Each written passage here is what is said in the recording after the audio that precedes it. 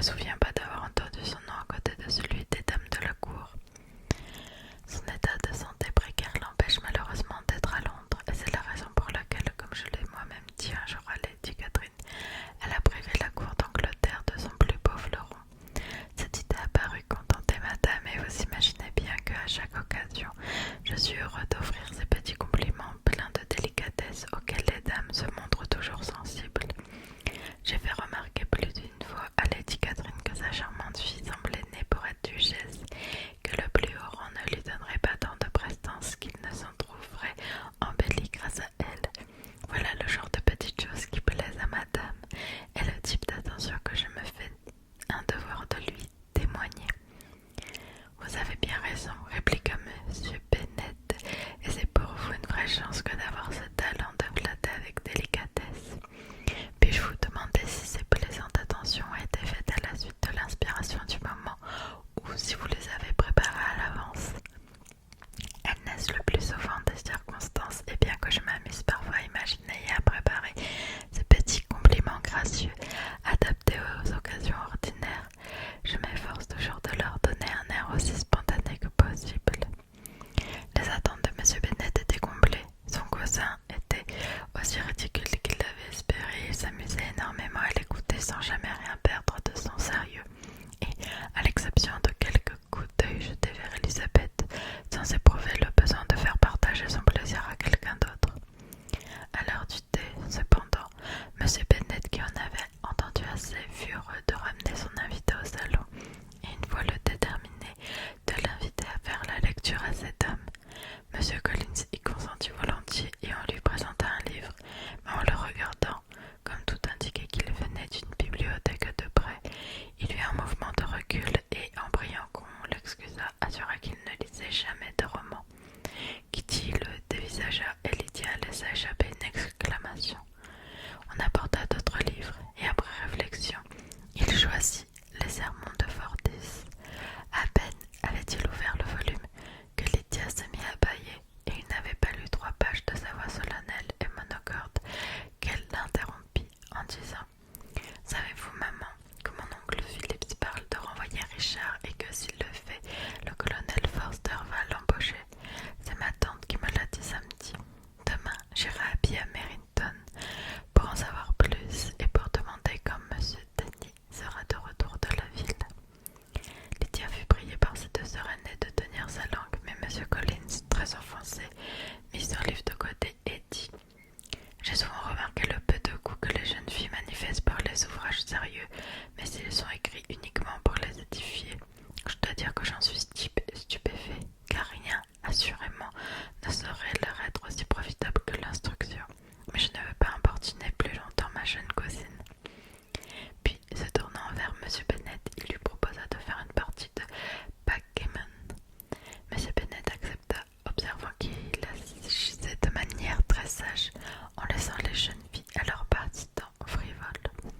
Mrs. Bennet et ses filles le prièrent très fort poliment d'excuser l'interruption de Lydia, et promirent que cela ne se reproduirait plus s'il reprenait son livre. Mais M. Collins, après leur avoir assuré qu'il n'en voulait pas à sa jeune cousine, et ne verrait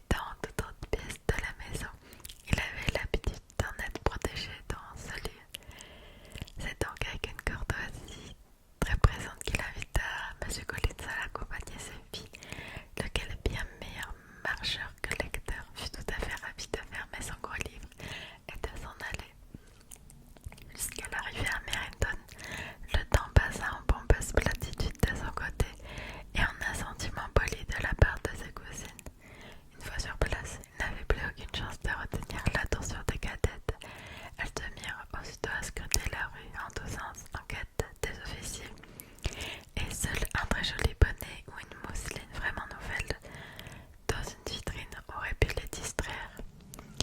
Mais l'attention de toutes les demoiselles fut bientôt attirée par un jeune homme d'allure fort distinguée qu'elle n'avait jamais vu auparavant et qui déambulait avec un officier de l'autre côté de la rue.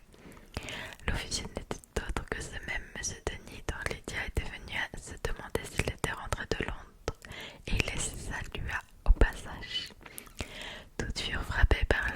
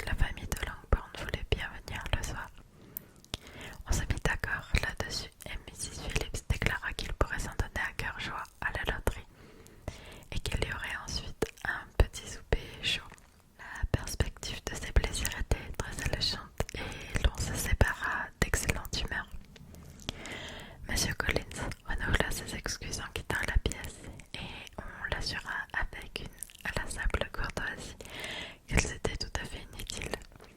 Sur le chemin du retour, Elisabeth raconta à Jane qu'elle avait surpris entre les deux messieurs, mais bien que Jane fût disposée à en défendre un, voire les deux, s'il apparaissait qu'ils étaient en tort, elle ne fut pas plus que sa sœur en mesure d'expliquer leur comportement.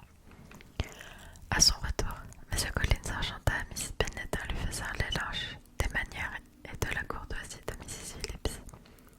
Il déclara qu'en dehors de la Lady Catherine et de sa fille, il n'avait jamais vu de femme plus élégante, car elle l'avait non seulement reçue avec la plus exquise politesse, mais elle l'avait aussi fort au propos invité le lendemain soir, bien qu'il fût jusque-là pour elle un parfait inconnu. Selon lui, les liens noués avec la famille étaient peut-être pour quelque chose, mais il n'avait encore jamais rencontré dans toute son existence pareille prévenance à son égard.